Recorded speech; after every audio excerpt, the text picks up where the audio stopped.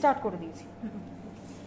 Here we can see after centrifugation I have collected the supernatant. This is my isolated protein. Here are sample loading buffer. This is 4x sample loading buffer, which is 4 times concentrated. So this we have to dilute it to 1 time, that is 1x buffer, 1x sample loading buffer. So when we load the protein, it will be equal volume of protein with equal volume of 1x sample loading buffer. That is, if we are adding 50 mol protein in an EP tube, to that we will be adding 50 mol of 1x sample loading buffer. Here I have already taken the protein sample and mixed them with the sample loading buffer properly. Now I will be heating them for 3 minutes in boiling water. Stop. Here I have already prepared the water which is already boiling.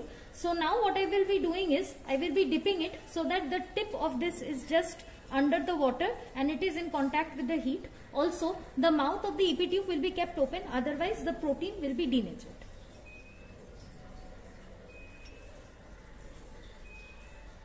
Here as you can see, just the tip of the EP tube is in contact with the water, which will be heated for further 3 minutes.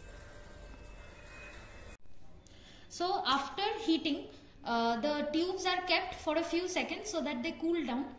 After that, what I will be doing is, in each well, I will be loading 25 mol mix of protein and SLB. This.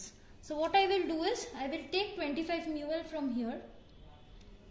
I will place it in between the comb like this, so that it is just in the center of the well, and I will unload it.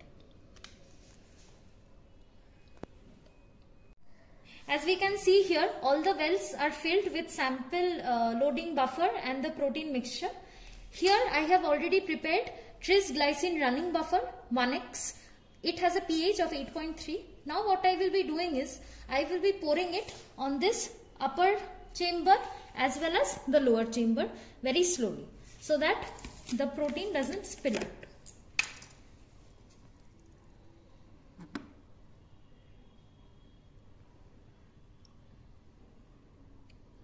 We have to be careful in this step so that the protein stays in position in the well.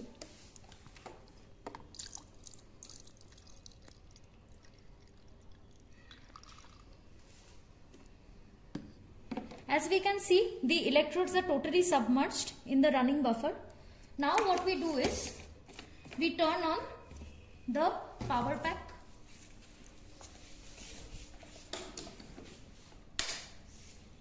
Okay, the negative electrode is connected to with the negative wire, and the red one is connected with the red wire. As the protein initially has a negative charge, so what it will do is, it will move from the negative end towards the red end, that is the positive end. So after the power pack has been turned on, we set the volt at 90.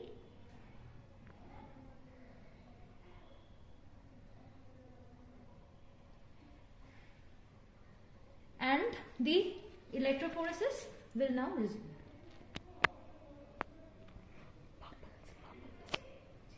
We can see bubbles are coming out. That means the current is passing. Here there is also reading of the current. And now the electrophoresis will go on. We have to be careful so that the protein here, it will now move from the well into the stacking and then into the resolving. We have to be careful that the protein, that is the blue front, which will be visible after some time, does not pass out of the gel.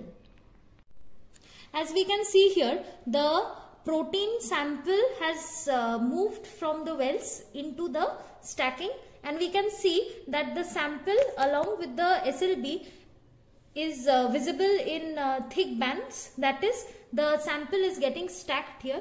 Now what it will do is, from the stacking portion, it will move into the resolving gel.